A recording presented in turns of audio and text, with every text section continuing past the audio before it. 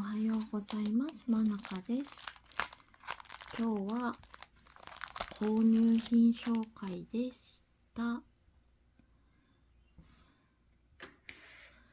こんなにインクを買ったので、ブラックのインク。角野、パイロットの角野さんの、パイロットさんの角野という万年筆で、こちらのインクをこんなに買いました。なので、ガシガシいっぱい書いていきたいと思います。ご視聴くださりありがとうございました。